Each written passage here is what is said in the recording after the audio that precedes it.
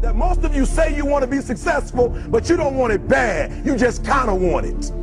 You don't want it badder than you want to party. You don't want it as much as you want to be cool. Most of you don't want success as much as you want to sleep. Our deepest fear is not that we are inadequate. Our deepest fear is that we are powerful beyond measure. It is our light, not our darkness, that most frightens us. Deep down, dig deep down, ask yourselves, who do you want to be? Figuring out for yourselves what makes you happy, no matter how crazy it may sound to the people. Make a choice, right? You just decide what it's going to be, who you're going to be, how you're going to do it. Just decide. Hey, it's Joel here again.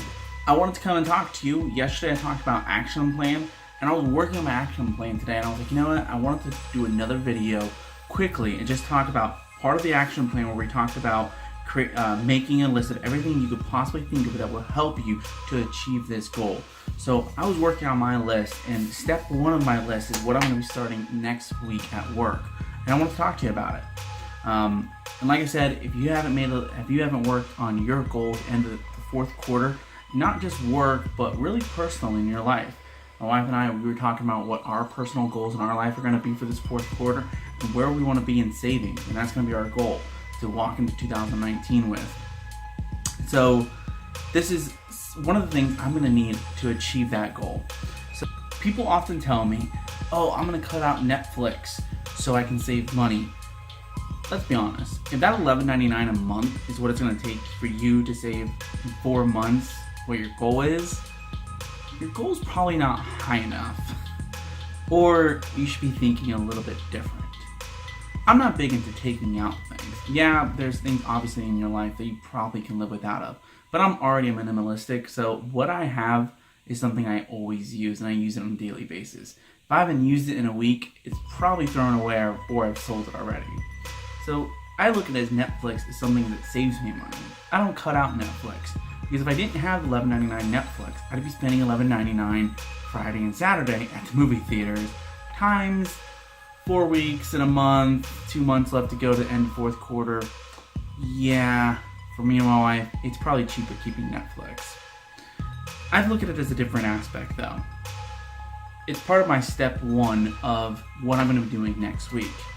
I'm going to be starting work to be more productive.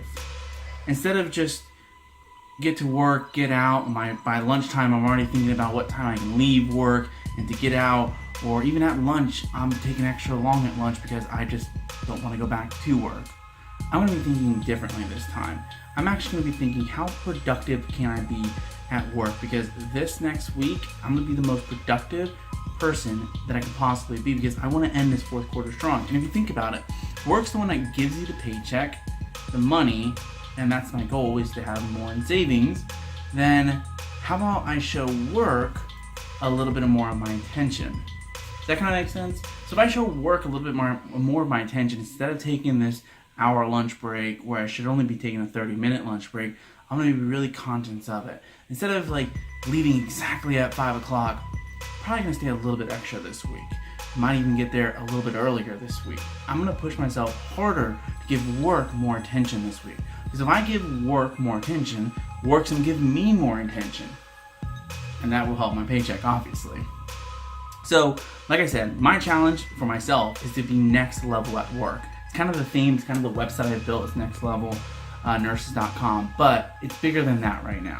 This is more about what I'm going to do for myself, and I'm going to be next level.